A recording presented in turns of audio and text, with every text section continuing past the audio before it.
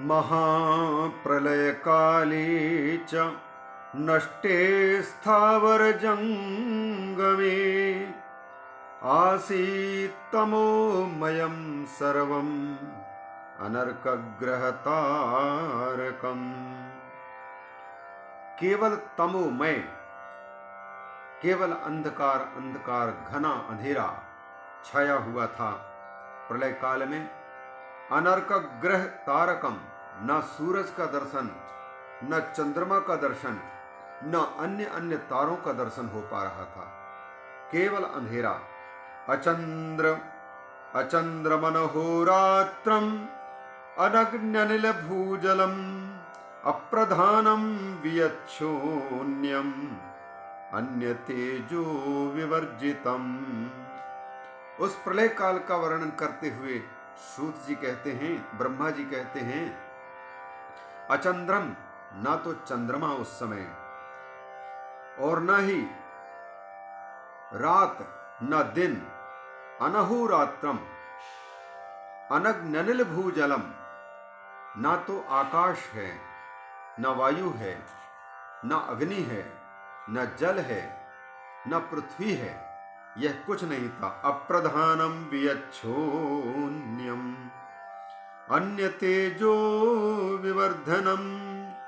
उस समय केवल प्रधान तत्व जिसको कहते हैं अव्याकृत प्रकृति, उससे भी सूना शून्य आकाश था और किसी तेज की उपलब्धि उस समय नहीं, प्रकाश नाम की कोई चीज ही नहीं थी।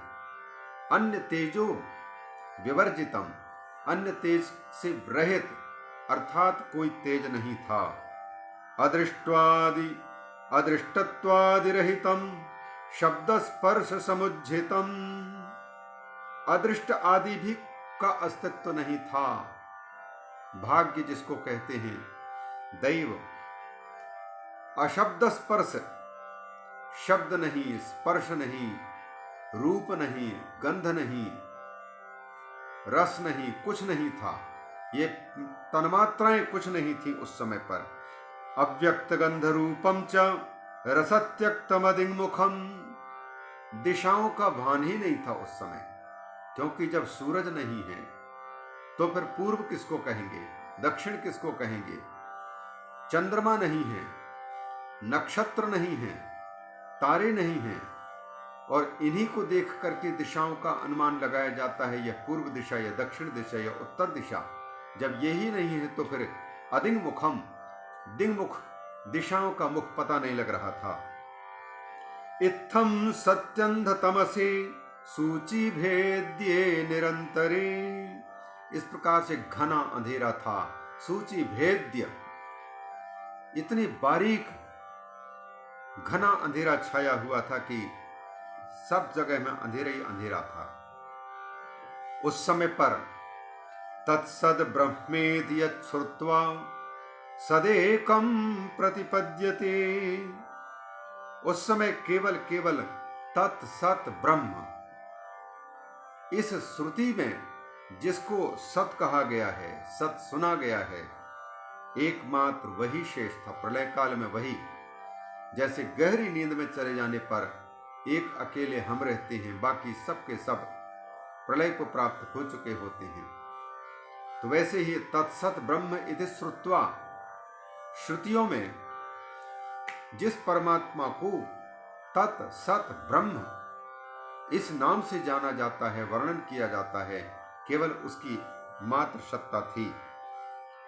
और वही एकम सत इति दृशम यदा नासीत् यत्तत्सद सदात्मकं योगिनोऽन्तर्हृदाकाशे योगिनोऽन्तर्हिताकाशे यत्पश्यन्ति निरन्तरम्। उस प्रलय काल में जब यह वह ऐसा वैसा जो इत्यादि रूप से जिसका निर्देश किया जाता है, ऐसे निर्देश की वस्तु ही नहीं है। निर्देश वस्तु के नहीं होने से यह भावात्मक जगत का पता नहीं, मतलब जगत है कि जगत नहीं है, इस बात की प्रतीति भी नहीं। ये भावात्मक जगत और अभावात्मक जगत का अस्तित्व ही खत्म था उस समय के नासीत यत् तत् सत असदात्मकम, ये कुछ नहीं था। योगिनोन्तर, उस समय एकमात्र सत ही एकमात्र शेष था, जिसको योगीजन योगिनः अंतर्हिताकाशे, अपने हृदय के भीतर निरंतर क्या करते हैं, निरंतरम यत् पश्यन्ति, एकाग्र होकर के उसी का दर्शन किया करते रहते हैं। बस वही सत ब्रह्म, क्योंकि यदि उसको भी ठुकरा दिया जाए कि वो भी कुछ नहीं, वो भी नहीं था, कुछ नहीं था का मतलब ये लगा लिया जाए कि जब कुछ नहीं था तो कुछ के अंतर्गत क्या परमात्मा भी नहीं था? तो फिर परमात्मा भी अगर ना रहे तो फिर कुछ नहीं था, इसका भान किसको होगा, कैसे ज्ञात होगा, किसी को कैसे बताया जाएगा? इसलिए इन सब के संज्ञान का अधिष्ठान, संज्ञान रूप ही, ज्ञान रूप ही एकमात्र तत्सत ब्रह्म, वह ब्रह्म था जिसको ओम तत्सत इति निर्देशो ब्रह्मणस्त्रिविधा स्मृतः आदि कह करके गीता आदि स्मृतियां कहा करती हैं कि वह ब्रह्म सत है, तत् है, ओम है। अमनोगोचरं वाचां विषयं न कदाचन अनाम रूप वर्णं च स्थूलं न यत्कृशं न च स्थूलं न यत्कृशं। उस समय पर कुछ भी नहीं था, ये सारा का सारा शून्य था। अमनोगोचरं वाचां विषयं न कदाचन अनाम रूप वर्णं च न च स्थूलं न यत्कृशं। प्रलय काल का वर्णन करते हुए 9वें श्लोक में ब्रह्मा जी नारद जी को सुना रहे हैं कि वत्स, महाप्रलय के समय पर कुछ नहीं रहता है और कुछ नहीं है, इस बात को बताने वाले मन बुद्धि आदि भी नहीं रहते हैं। अमनो गोचरम वाचाम विषयम न कदाचन, मन के चिंतन से परे वस्तु, मन के विषय कुछ भी नहीं है, और वाचाम विषय, वाणी का विषय भी कुछ नहीं था। ये जिसको बोध कराते हैं वो कुछ था ही नहीं। अनाम रूप वर्णम च, न उनका कोई हो तब तो उसका नाम बने, नाम और रूप जिसके है नहीं वो कैसे दिखाई दे सकता है। अनाम रूप वर्णम, सब के सब नाम रूप से रहित चीजें थी। न स्थूलम न कृशम, न स्थूल है न कृश था उस समय। अह्रस्व दीर्घम अलघु गुरुत्व परिवर्जितम, ना कोई ह्रस्व चीज है, ना कोई दीर्घ वस्तु है, ना कोई लघु हल्की वस्तु है, और ना ही गुरु वस्तु है, कुछ भी नहीं है। न यत्रोपचय कश्चित, और जिसमें ना तो कोई उपचय है ना अपचय है, ये कुछ भी नहीं, बढ़ना घटना कुछ नहीं। अभिधत्ते सचकितम यदस्ति श्रुति पुनः, अब उसको कोई शब्द कोई श्रुति कहे तो कहे कैसे। अतीतः पंथानम तव च महिमा वांग मनसयो रतद्व्यावृत्यायं चकितमभिधत्ते श्रुतिरपि। पदे त्वर्वाचीने पतति न मनः कस्य न वचः, पतति न मनः कस्य न वचः। अभिधत्ते सचकितं यदस्तीति श्रुतिः पुनः अतद्व्यावृत्यायं चकितमभिधत्ते श्रुतिरपि। श्रुति भी उसका वर्णन करती है तो अतद्व्यावृत्ति से, उस परमात्मा की व्यावृत्ति ना करते हुए तदतिरिक्त सबका व्यावर्तन करते हुए श्रुति कहती है, नेति नेति पद्धति से कथन करती है। और अस्थि के रूप में यदि वर्णन करती है तो चकितम, आश्चर्यचकित होकर कि कहीं हमसे कोई भूल तो न हो जाए। सत्यम ज्ञानमनंतं च परानंदम परम महा। अतः इन सारे जिन चीजों का अभी निषेध किया गया कि ये नहीं था वो नहीं था, इन सबसे परे कोई चीज थी, जिसको तत्सत ब्रह्म कहा जाता है और जिसको श्रुतियां कहती हैं सत्यम ज्ञानमनंतं च परानंदम परम महा। केवल केवल उसको बतलाने के लिए इन शब्दों का प्रयोग किया जाता है। असत्य को व्यावृत्त करने के लिए उसको सत्य कह दिया जाता है। जड़ को व्यावृत्त करने के लिए उसको ज्ञान कह दिया जाता है।